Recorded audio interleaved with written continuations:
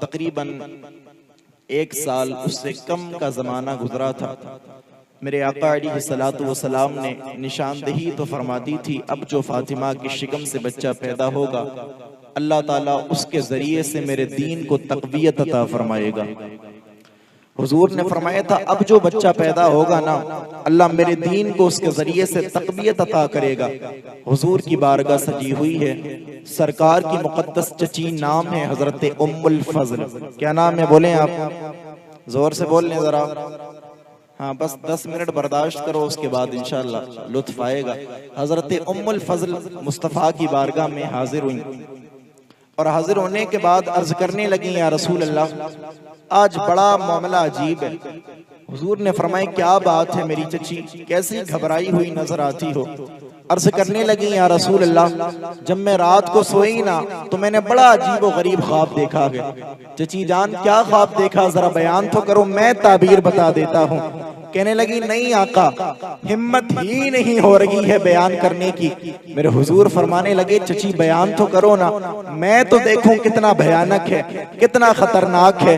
हजरत उम्मुल फज़ल अर्ज करने लगी, या रसूल अल्लाह, जब मैं रात को सोई थी ना, अपने बिस्तर पे लेटी थी, रात का आखिरी हिस्सा चल रहा था, मैंने ख्वाब में देखा मुस्तफ़ा आपके जिस्म मुबारक से आपके गोश्त का एक टुकड़ा काटा गया, मेरी गोद में रख दिया गया। हुजूर जब से ये ख्वाब देखा है, बड़ी बेकरार हूँ, बड़ी बेचैन हूँ, मामला समझ में नहीं आता, आपसे बयान नहीं करने मेरी तबीयत कह रही थी, लेकिन जब आपने इसरार किया तो मैंने आपको बता दिया।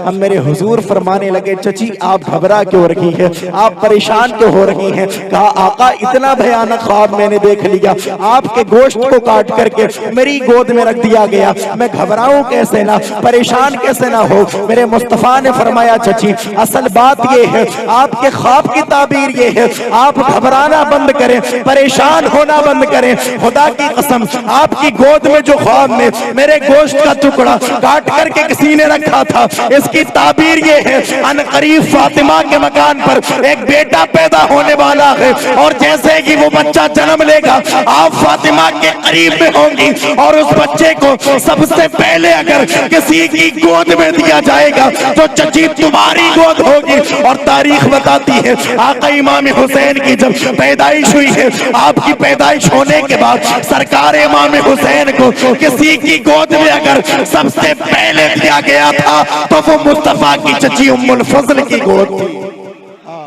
उनकी गोद थी, और दिया गया। मेरे मुस्तफा ने जब आपकी गोद में दिया ना, इमाम हुसैन सरकार की पैदाइश हुई, मुस्तफा को खबर दी गई, आका आपकी बेटी के यहाँ पर दूसरे बेटे का जन्म हुआ है। मेरे मुस्तफा ने कहा, ठीक है चलो मेरे सहाबा मस्जिद नबवी शरीफ से निकले हैं, आगे आगे मुस्तफा की नबुव्वत जा रही है। गोया पलट करके यूं कह सकता हूँ, आगे आगे नबुव्वत का सरदार है, पीछे सदाकत का ताजदार चलता है, आगे नबुव्वत का मालिक चल रहा है, पीछे अदालत का सरदार चल रहा है, आगे नबुव्वत का सरदार है, पीछे सखावत का सरदार है, पीछे शुजाअत का सरदार है। सारे सहाबा मुस्तफा के पीछे पीछे हैं। अब मेरे आका दाखिल हुए हैं हजरत फातिमा के मकान पे। हजरत फातिमा का बच्चा जो पैदा हुआ था हजरत उम्मुल फज़ल की गोद में थे। अब मेरे आका अलैहिस्सलाम ने कहा, बेटी फातिमा तुम्हें मुबारक हो, अल्लाह ने तुम्हें एक बेटे का और माँ बना दिया है। अब मेरे आका करीम अलैहिस्सलाम ने गुफ्तगू की है, उसके बाद आप मुखातिब हुए हैं हजरत उम्मुल फज़ल से, और होने के बाद मुस्कुरा करके फरमाने लगे, चची क्या ख्याल है, खैरियत से तो है। अर्ज करने लगी, या रसूल अल्लाह आपकी ताबीर पूरी हो गई है। अब मेरे मुस्तफा फरमाने लगे, चची लाओ इस बच्चे को मेरे गोद में दिया जाए। आका इमाम हुसैन को हजरत उम्मुल फज़ल ने लिया के मुस्तफा की गोद मुबारक में दिया के। अब मुस्तफा देखते जा रहे हैं, चेहरे मुबारक को देख रहे हैं, मुस्तफा मुस्कुराते जा रहे हैं, चेहरे को देख रहे हैं, मुस्तफा मुस्कुराते जा रहे हैं, बार बार मुस्तफा मुस्कुराते हैं, और चेहरे को देख देख करके बार बार जब मुस्कुरा लगे ना, हजरत अली से मुखातिब हुए मेरे हुजूर। होने के बाद फरमाने लगे, ओ अली बताओ तो जरा इस बच्चे के बाप तुम हो, क्या मामला रखा है, क्या नाम रखने की आपने इसके। अल्लाह पर क्या नाम रखना चाहते हो इस बच्चे का? बेटी फातिमा क्या मर्जी है, क्या नाम रखना चाहती हो? हजरत फातिमा मुस्तफा से मुखातिब हुई है, होने के बाद अर्ज करने लगी, या रसूल अल्लाह, आपके होते हुए इस बच्चे का नाम कौन कैसे रख सकता है? हजरत अली अर्ज करते हैं, या रसूल अल्लाह, आका के होते हुए कभी गुलाम तो बच्चों का नाम नहीं रखते हैं। मेरे मुस्तफा फरमा रखे हैं, अल्लाह भेजने वाला है जिब्रील को, अल्लाह ने इसका नाम रखा है। अब थोड़ी ही देर गुजरी थी, हजरत जिब्रील मुस्तफा की बारगाह में आए हैं। आने के बाद सलाम अर्ज किया कि या रसूल अल्लाह, अल्लाह आपको सलाम अर्ज करता है। जिब्रील और बताओ कैसे आना हुआ है? कहा या रसूल अल्लाह, इस बच्चे का नाम अल्लाह ने लेकर के भेजा है। कहा बताओ कहां से लेकर के आए हो? आका इस बच्चे का नाम अल्लाह ने जन्नत से अता किया है। क्या नाम है इस बच्चे का? कहा इस बच्चे का नाम अल्लाह ने कहा है कि हुसैन रखा जाए। यहां से अंदाजा करें मियां, हुसैन आजम उस जात को कहा जाता है जिसका नाम आ रहा है तो दुनिया से नहीं आ रहा है, बल्कि तमाम मलाइका का सरदार जन्नत से ला करके बता दिया है। हुसैन उस जात को कहा जाता है जिसका नाम भी आता है तो जन्नत से आया करता है, नाम भी आता है तो बोले आप, थोड़ा करंट आ रहा है और बोले जरा, हाँ जन्नत से आ रहा है। अब हुसैन आजम का नाम आया ना, अब मेरे मुस्तफा फिर मुस्कुराए। मुस्कुराने के बाद बेटी फातिमा से फरमाने लगे, बेटी मेरी शहजादी, कितनी खुशकिस्मत है तू कि अल्लाह ने तेरे दोनों बेटों का नाम जन्नती रखा है। जन्नती नाम है तेरे दोनों बेटों के। और मेरे हुजूर ने फरमाया था ना, अल हसन वल हुसैन मिन इस्मानी अहलिल जन्नह। लोगों ये जो हसन और हुसैन जो दो नाम रखे हैं ना, ये दुनियावी नाम नहीं है, ये नाम जन्नती है, ये जन्नती है। उसके बाद ना नाम रखा हुसैन पाक का, नाम रखा मेरे आका ने। और फिर 7वें दिन अकीका हुआ। दस्तूर के मुताबिक अकीका होने के बाद ना मेरे मुस्तफा ने इरशाद फरमाया था, लोगों ये जो मेरे दो बेटे हैं, हुजूर ने इमाम हसन को इमाम हुसैन को अपना बेटा भी कहा है। एक सहाबी आए थे मुस्तफा की बारगाह में, अर्ज की या रसूल अल्लाह, आपको अल्लाह ने 3 बेटे दिए थे, तीनों दुनिया से विसाल फरमा गए। आका और नबियों की नस्ल चली, लेकिन आपके तो बेटे ही दुनिया से विसाल फरमा गए, आपकी नस्ल कैसे चलेगी? मेरे हुजूर ने फरमाया, मेरी नस्ल बेटों से नहीं चलेगी, मेरी नस्ल बेटी फातिमा से चलेगी। का मेरी नस्ल बेटी फातिमा से चलेगी। उसके बाद देखे ना इमाम हुसैन अब दुनिया में आए। अब देखें क्या शान अता फरमाई अल्लाह ने मेरे इमाम को, क्या शान अता फरमाई। आए दुनिया में, आंखें खोली ना, उसके बाद मेरे हुजूर अलैहिस्सलातु वस्सलाम है। मेरे मुस्तफ़ा की ये आदत करीमा थी, हजरत फातिमा के घर पे जब भी जाते थे ना, सबसे पहले यही कहते थे, फातिमा मेरा हुसैन कहाँ है, फातिमा मेरा हुसैन कहाँ है। मुस्तफ़ा फरमाते, हदीसों में मिलते हैं लफ्ज के छोटा बच्चा कहाँ है, और छोटा बच्चा हजरत इमाम हुसैन को मुस्तफ़ा फरमाते, छोटा बच्चा कहाँ है। हजरत फातिमा लेकर के आती, मुस्तफ़ा की गोद में रख देती। कभी मुस्तफ़ा लबों को चूमते, कभी मुस्तफ़ा रुखसार को चूमते, कभी मुस्तफ़ा पेशानी को चूमते। एक मर्तबा ना सज्जदा के घर पे मेरे हुजूर गए हैं, मेरे हुजूर ने दस्तूर के खिलाफ क्या किया ना, मुस्तफ़ा ना लबों को चूम रहे हैं, ना मेरे आका पेशानी को चूमते हैं, ना मेरे आका हाथ को चूम रहे हैं, बल्कि मेरे मुस्तफ़ा गले को चूम रखे हैं। बार बार इमाम हुसैन के गले को मेरे आका चूम रखे हैं। हजरत फातिमा से देखा ना गया, अर्ज किया बाबा जान क्या मामला है। आज से पहले जब आप आते थे तो कभी हुसैन की पेशानी को चूमते थे, कभी हुसैन के रुखसार को चूमते थे, कभी हुसैन के हाथों को चूमते थे, लेकिन अब जब आप आए हैं तो ना तो हुसैन की पेशानी को चूमते हैं, ना हुसैन के लबों को चूमते हैं, ना हुसैन के हाथों को चूमते हैं, बल्कि मेरे बाबा आप हुसैन की गर्दन को चूम रहे हैं, उसके गर्दन को बार बार चूमे जा रहे हैं। मेरे मुस्तफ़ा इरशाद फरमाते हैं, बेटी फातिमा आज से पहले मैं इसलिए चूमता था, अब जब मैं आया हूं ना तो इससे पहले मेरे पास एक ऐसा फरिश्ता आया था जो जमीन पर कभी भी नहीं आया था। आने के बाद उसने मुझे खबर दी थी, मुस्तफ़ा आपका ये नवासा हुसैन है जिससे आप बड़ी मोहब्बत करते हैं। कभी इसकी पेशानी को आप चूमते हैं, कभी इसके होठों को आप चूमते हैं, कभी इसके हाथों को आप चूमते हैं। मेरे आका एक वक्त वो आएगा कि आपकी उम्मत के लोग लोग इस नवासे को शहीद कर देंगे। अल्लाह अकबर। 3 दिन इसको करबला में भूखा रखा जाएगा, इसके बेटों को शहीद किया जाएगा, इसके बच्चों को सताया जाएगा, इसको पानी तक न पीने दिया जाएगा, इसको खाने तक को कुछ न दिए जाएगा। मेरे आका फरमाती है बेटी फातिमा, इसलिए मेरी आंखों से आंसू भी बरस रहे हैं, इसलिए मैं आदत के खिलाफ कभी हुसैन को हुलकूम को चूमता हूँ, उसकी गर्दन को चूमता हूँ। मियाँ हुसैन पाक वो है जिसकी शहादत से पहले अल्लाह ने खबर दे दी थी, फरिश्ते ने आकर के बताया था मुस्तफा आप अगर चाहो ना तो मैं करबला की मिट्टी भी ला करके आपको दे सकता हूँ। मेरे हुजूर ने इरशाद फरमाया था जाओ हमें करबला की मिट्टी ला करके दो। अब फरिश्ता गया था उड़ते हुए, उसने करबला की मिट्टी उठाई थी, मुस्तफा की बारगाह में पेश की। मेरे हुजूर ने हजरत उम्मे सलमा को दी और देने के बाद इरशाद फरमाया था ओ मेरी शरीके हयात, ये फरिश्ते ने मुझे करबला की मिट्टी ला करके दी है, इसको किसी बोतल में सेफ रखना है और जिस दिन ये मिट्टी खून बन जाए उसी दिन समझ लेना है कि हुसैन शहीद हो चुके हैं। उसी दिन समझ लेना कि हुसैन शहीद हो चुके हैं। मेरे मुस्तफा कभी हुसैन पाक को देख करके मुस्कुराते थे, कभी मुस्तफा रोते थे।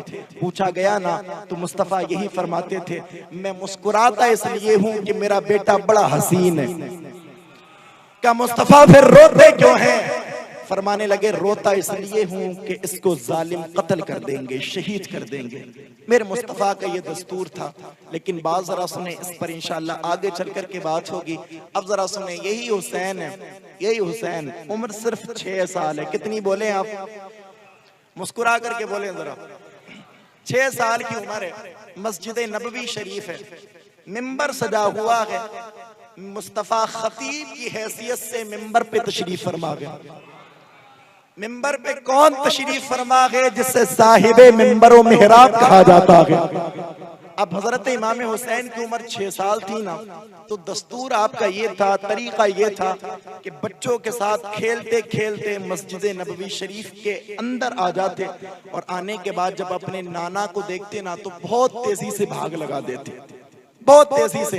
हुजूर भी अपने आगोश रहमत में हजरत इमाम हुसैन को ले लेते। एक दिन जब आए ना, जुमा का दिन था, मेरे हुजूर खुतबा दे रहे हैं, हजरत इमाम हुसैन आए ना खेलते खेलते, सारे सहाबा बैठे हुए हैं, सामने अबू बकर सिद्दीक भी हैं, उमर फारूक आजम भी हैं, उस्मान गनी भी हैं, मौलाए कायनात भी हैं, हजरत तलहा भी हैं, जुबैर भी हैं, साद इब्न अबी वक्कास, बहुत सारे बड़े सहाबा इकराम आगे वाली सफ में तशरीफ फरमा गए। मेरे हुजूर खुतबा दे रहे हैं, हजरत इमाम हुसैन भागते हुए आए ना, आपने नाना को देख करके बहुत तेजी से दौड़ लगाया। देखिए इमाम हुसैन किस जात को कहा जाता है, सुनेंगे तो अंदाजा आप लगाएंगे। आपने नाना को देखा ना, बहुत तेजी से आपने दौड़ लगा दी। खुदा की कसम आपने जब दौड़ लगाई ना तो नीचे से कपड़े पहने हुए थे, हजरत इमाम हुसैन का पैर कपड़ों में फंसा, आप जमीन पर तशरीफ ले आए, जमीन पर गिर गए। आप उलमा से पूछिएगा, शरीयत का मसला ये कहता है अगर आप खुतबा दे रहे हैं, किसी को सुन्नतें पढ़ने की तक इजाजत नहीं है, किसी को हाथ दिलाने की तक इजाजत नहीं है, सलाम का जवाब देने की तक इजाजत नहीं है, लेकिन आका हुसैन आए हैं, कपड़े में पैर फंसा के जमीन पर तशरीफ लेकर के आए हैं। अब मेरे मुस्तफा खुतबा दे रहे हैं, मुस्तफा ने खुतबा छोड़ा है, इमाम हुसैन को जाकर के उठाया है। सामने अबू बकर बैठे थे, लेकिन मुस्तफा ने नहीं कहा अबू बकर उठा लो। सामने अबू हुरैरा बैठे थे, मुस्तफा ने नहीं कहा अबू बकर हुसैन को उठाओ जाकर के। सामने उमर फारूक आजम बैठे थे, मुस्तफा ने नहीं कहा उमर मेरे नवासे को उठाओ। मुस्तफा ने खुतबा छोड़ा, हुसैन पाक की तरफ भागे और भागने के बाद जल्दी से उठाया, उठाने के बाद सीने से लगाया और मस्जिद नबवी शरीफ के मिंबर से मुस्तफा ने ये फरमाया था, लोगों आज मुझे पता चल गया है अपनों का एहसास क्या होता है, अपने जब गिरते हैं तो कितनी तकलीफ होती है। और मेरे मुस्तफा ने हाथों को उठा करके तारीखी जुमले कहते, अल्लाह ये मेरा बेटा हुसैन है, जब ये जमीन पर गिरता है तो मुझे तकलीफ होती है, मालिक तू भी इससे मोहब्बत फरमा, मैं भी इससे मोहब्बत करता हूँ और कयामत तक जो हुसैन से मोहब्बत करे मौला तू उससे भी मोहब्बत फरमा। तारीखी जुमले मुस्तफा ने फरमाए। मुस्तफा कहने लगे अल्लाह मैं भी इससे मोहब्बत करता हूँ, तू भी इससे मोहब्बत फरमा और कयामत तक जो इससे मोहब्बत करे तू उससे भी मोहब्बत फरमा। क्या दुआ फरमाई मेरे हुजूर ने, ऐसे ही ना एक मरतबा आए ना हुजूर मस्जिद नबी शरीफ में, हजरत अबू हुरैरा रिवायत बयान करते हैं, कहते मेरे हुजूर ने फरमाया, ए मेरे सहाबा छोटा बच्चा कहाँ है? कहते छोटा बच्चा कहाँ है, हुसैन कहाँ है? इतने में सरकार इमाम हुसैन भागते हुए आए, कहे नाना मैं हाजिर हूँ। आए ना, मुस्तफ़ा करीम अलैहिस्सलाम ने गोद में बिठा ला। जब गोद में बिठा लेना तो छोटे बच्चे को, तो आपको मालूम है कभी वो चेहरा पकड़ता है, कभी दाढ़ी शरीफ पकड़ता है, कभी होंठों पे हाथ लगाता है। वही इमाम हुसैन ने किया, कभी मुस्तफ़ा की दाढ़ी शरीफ में उंगलियां डालते थे, कभी मुस्तफ़ा की पेशानी पे हाथ रखते थे। मेरे हुजूर ने अपनी ज़बान निकाली, हजरत इमाम हुसैन के मुंह में लुआब दहन डाला। डालने के बाद मुस्तफ़ा फरमाने लगे, मिंबर शरीफ से मुस्तफ़ा ने कहा था, अल्लाहुम्मा इन्नी उहिब्बुहु फअहिब्बहु व अहिब्ब मन युहिब्बुहु। ए अल्लाह, ये मेरा शहजादा हुसैन है, मैं इससे मोहब्बत करता हूँ, तू भी इससे मोहब्बत फरमा, और क़यामत तक जो इससे मोहब्बत करे तो उससे भी मोहब्बत फरमा। बहुत सारी ऐसी रिवायात मिलती हैं जिसमें मेरे हुजूर ने फरमाया था, अल्लाह इससे मोहब्बत कर फरमा, अल्लाह इससे मोहब्बत फरमा। अच्छा, बचपने का ज़माना था ना, तो हजरत इमाम हसन ने, हजरत इमाम हुसैन ने ना, आपने वाक़या बड़ा मशहूर है, सुना होगा, लेकिन कुछ मैं उसमें से निकाल करके आपको दिखाऊंगा। आप दोनों हजरात ने ना तख्तियां लिखी, चिट्ठी, और लिखने के बाद अब दोनों बातें करने लगे। हजरत इमाम हसन कहते हैं, हुसैन मेरी चिट्ठी अच्छी है। हजरत इमाम हुसैन कहते हैं, नहीं भैया मेरी अच्छी है। दोनों बातें कर रखे हैं कि मेरी अच्छी है, वो कहते हैं नहीं मेरी अच्छी है। का ऐसा करो, इसका फैसला अपने बाबा जान के पास करा लेते हैं, बाबा जान के पास। का चलो नहीं मानते हो तो चलो, वैसे है तो मेरी ही अच्छी। हजरत इमाम हुसैन फरमाने लगे, का चलो बाबा के पास।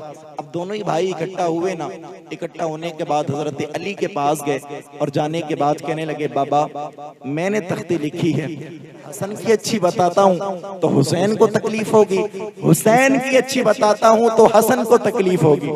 कहने लगे, ऐसा करो, मैं इसका फैसला नहीं कर सकता, अपनी माँ से फैसला करा लो।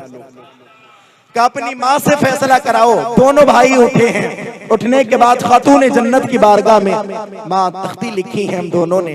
भाई कहते हैं मेरी अच्छी है, मैं कहता हूँ मेरी अच्छी है, फैसला आप फरमा दें किसकी तख्ती अच्छी है।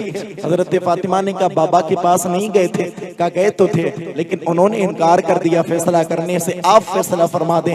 हजरत फातिमा पूरा मामला समझ गई, कहने लगी, बेटे इसका फैसला मैं भी नहीं कर सकती, जाओ नाना के पास करा लो। का नाना के पास कराओ जाकर के। कितना ख्याल रखती थी ये अपने बच्चों का नाना के पास रुख करो।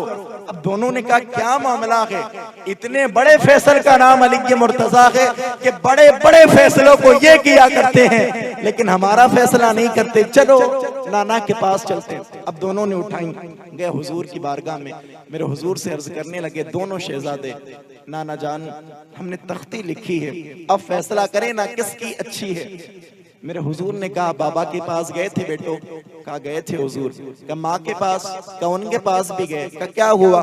इनकार कर दिया, नहीं करने फैसला, उन्हें मना करते हैं कि दोनों लोग कहते हैं कि नाना के पास जाओ। मेरे हुजूर ने पूरा मामला समझा, और समझने के बाद आप दिल में सोचने लगे, अगर मैं ये कहता हूँ कि हसन की तख्ती अच्छी है तब हुसैन नाराज हो जाएंगे, अगर हुसैन की तख्ती अच्छी बताता हूँ तब हसन नाराज हो जाएंगे, अब क्या किया जाए। मेरे हुजूर ने सारा फैसला खुदा की जात पे छोड़ा। इतने में सरकार जिब्रील अमी आगे आने के बाद अर्ज करने लगे, या रसूल अल्लाह, अगर हसन की अच्छी बताते हैं तो हुसैन नाराज होंगे, हुसैन की अच्छी बताते हैं तो हसन नाराज होंगे। अल्लाह ताला ने फैसला फरमा दिया है। का हसन क्या फैसला किया है? का आका सेब लेकर के आया हो, अल्लाह ने हुक्म फरमाया है तुम्हें आसमान में प्रवास करना है, दोनों की चिट्ठी नीचे रखना है और 2 टुकड़े सेब के करना है, दोनों पर डाल देना है। ना हसन की दिल आजारी होगी ना हुसैन की दिल आजारी होगी। दायरे से जरा उड़े हैं, उड़ने के बाद आपने सेब को काटा है, एक आकर के इमाम हसन की तख्ती पे गिरा है, एक आकर के हुसैन की तख्ती पे गिरा है। अब फैसला हो गया। मेरे हुजूर फरमाने लगे, बेटे हसन, ना तेरी तख्ती बुरी है ना हुसैन तेरी तख्ती बुरी है, हसन की भी तख्ती अल्लाह को पसंद आ गई है और हुसैन की भी तख्ती अल्लाह को पसंद आ गई, का दोनों की पसंद आ गई। अब दोनों चले यहाँ से। उसके बाद ना यही दोनों भाई, इन्होंने क्या किया, भाई आप मुझसे बड़े हैं उम्र में।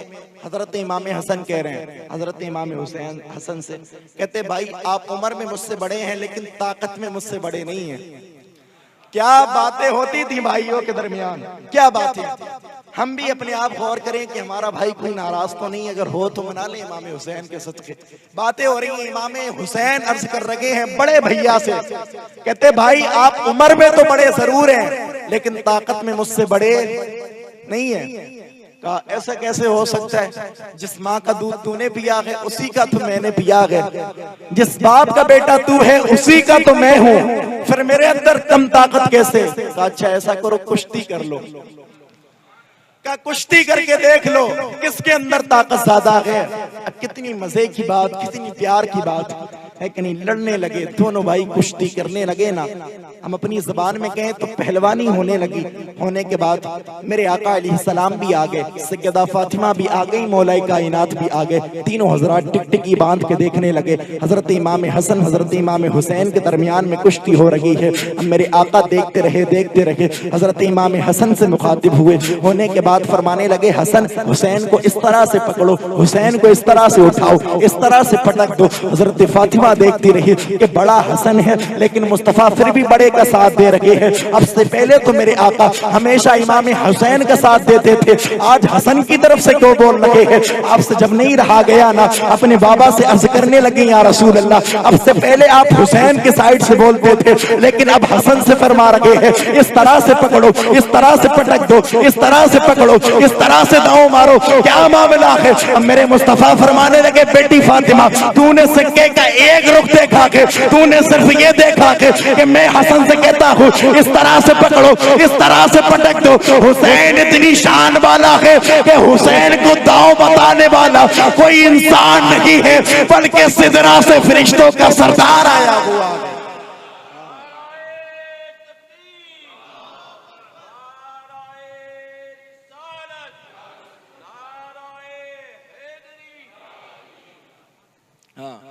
कहते हैं हसन इतनी इज्जत वाला है कि नबियों का सरदार है, तो हुसैन को भी कम न समझो, सारे मलाइका का सरदार इसे बता रहा है। हसन को मैं बता रहा हूं इस तरह से पकड़ो, हुसैन को जिब्रील बता रहे हैं हुसैन इस तरह से पकड़ो, इस तरह से पटक दो। क्या शान वाले बच्चे थे यार, क्या शान थी। अगर कुश्ती भी करते हैं तब आकर के फरिश्तों का सरदार बताता है। किस शान का मालिक अल्लाह ने बनाया, किस शान का। और इमाम हुसैन के ताल्लुक से तो इतनी हदीसें हैं ना, इतनी हदीसें पाक पूरा बाब बांधा है इमाम बुखारी ने हजरत इमाम हुसैन के ताल्लुक से सिर्फ। फिर इमाम हसन को मिलाया है, उसके बाद ना फजाइल अहले बैत बयान की, इतने के जिंदगी भर बयान करो, बड़ी मशहूर सी रिवायत है, बड़ी मशहूर। उसके बाद मैं गुफ्तगू आगे बढ़ाता हूँ। इतनी मशहूर कि बार बार आपने सुना होगा ना, मेरा हुजूर ने फरमाया अल हुसैन मिन्नी व अना मिनल हुसैन। सरकार फरमाते हैं लोगों ये हुसैन मेरा नवासा है ना, ये मुझसे है और मैं इससे हूँ। मतलब समझाऊं मैं आपको इसका, जरा सुनो। हुजूर ने फरमाया मैं इससे हूँ, ये मुझसे है। हुसैन मिन्नी बाना मिनल हुसैन। अच्छा हुजूर ने ये फरमाया कि हुसैन मुझसे है, ये तो मामला समझ में आता है, इसलिए कि हर बेटा बाप से होता है, बाप दादा से होता, ऊपर तक जोड़ लें। लेकिन ये कैसे मुमकिन है कि नाना नवासे से हो। नवासा नाना से तो होता है लेकिन नाना नवासे से कभी नहीं होता।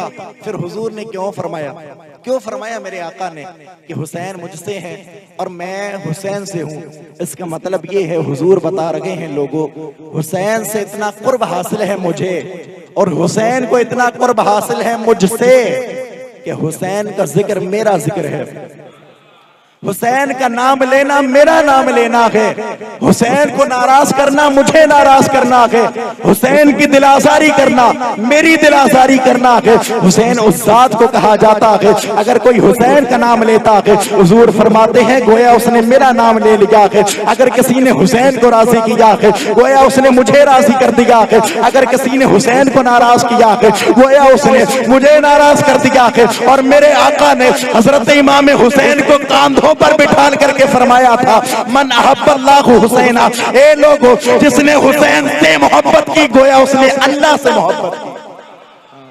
उसने अल्लाह से मोहब्बत की। जिसने हुसैन से मोहब्बत की उसने बार बार मुस्तफा फरमाते थे जिससे जन्नती जवानों का सरदार देखना हो ना तो मेरे इस छोटे शहजादे को देख ले।